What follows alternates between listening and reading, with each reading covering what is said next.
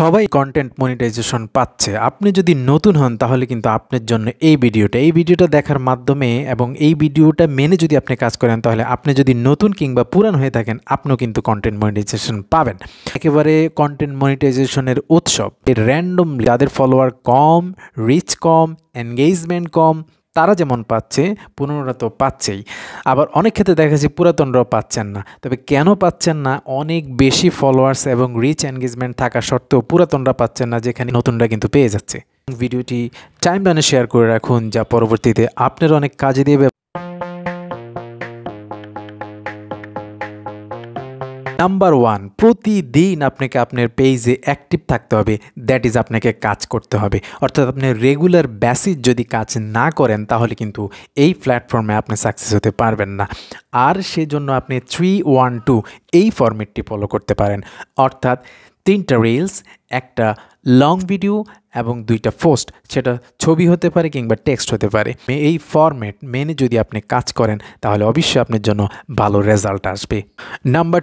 Number 1-এ আমি আপনাদেরকে বলেছি যে আপনি যদি রেগুলারিটি মেনটেন কাজ করেন, সেই রেগুলারিটির ভেতরেও কিন্তু আপনাকে আরেকটা রুটিন করতে হবে। অর্থাৎ আপনি যে 3-1-2 ফরম্যাটটি, 3টি রিল, একটি লং ভিডিও এবং 2টি পোস্ট করবেন, সেটা কোন সময়ে করবেন তার জন্য কিন্তু একটা রুটিন আপনাকে মেনটেন করা উচিত। অর্থাৎ প্রতিদিন একটা স্পেসিফিক টাইম করে নেবেন। ওই স্পেসিফিক টাইমে কিন্তু আপনি প্রতিদিনই কিন্তু ভিডিও আপলোড করবেন এবং দেখবেন যে আপনি ভালো রিচ এবং এনগেজমেন্ট পাবেন।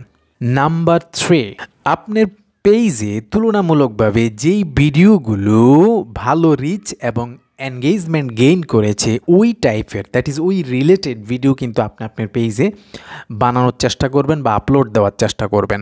কারণ আপনি যদি এলোমেলোভাবে প্রথম হয়তো বা দিবেন, বিভিন্ন টপিকের উপর ভিডিও দিবেন, সেক্ষেত্রে কিছু টপিক ভালো করবে, কিছু টপিক কিন্তু সোয়াইপ করে যাবে। সো যেই টপিকগুলো ফোকাসড হবে, যেই টপিকগুলো ভালো রিচ এনগেজমেন্ট আনবে, সেই টপিকগুলো নিয়েই কিন্তু আপনাকে কাজ করতে হবে। তাহলে ভালো একটি রেজাল্ট কিন্তু আপনি পাবেন।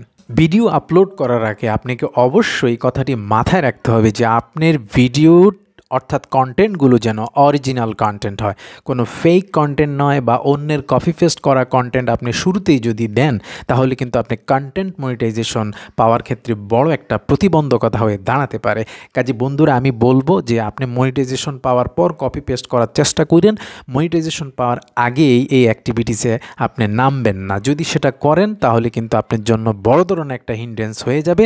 এবং অবশ্যই আপনার কন্টেন্টগুলো, দ্যাট ইজ ভিডিওগুলো যেন বস্তুনিষ্ঠ হয়, অর্থাৎ মানুষ যেন আপনার সেই কন্টেন্ট থেকে কিছু শিখতে পারে। এই ধরনের কন্টেন্ট যদি আপনি তৈরি করেন তাহলে অবশ্যই আপনি ভালো রেজাল্ট পাবেন।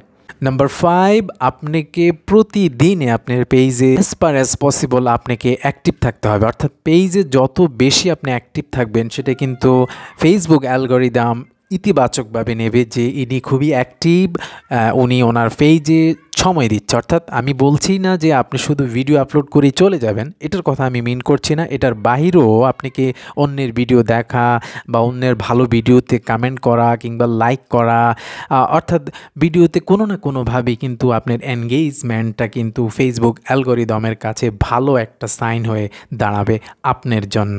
সো এই 5টি টিপস যদি স্পেশালি নতুনরা করতে পারেন এবং পুরাতনরা তো বটেই, তাহলে কিন্তু ভালো রেজাল্ট আপনি খুব দ্রুত পেয়ে যাবেন এবং 2 দিনে মান্থ কিন্তু আপনি একটা ভালো রেজাল্ট পাবেন। জাস্ট আপনি একবার ট্রাই করে দেখুন।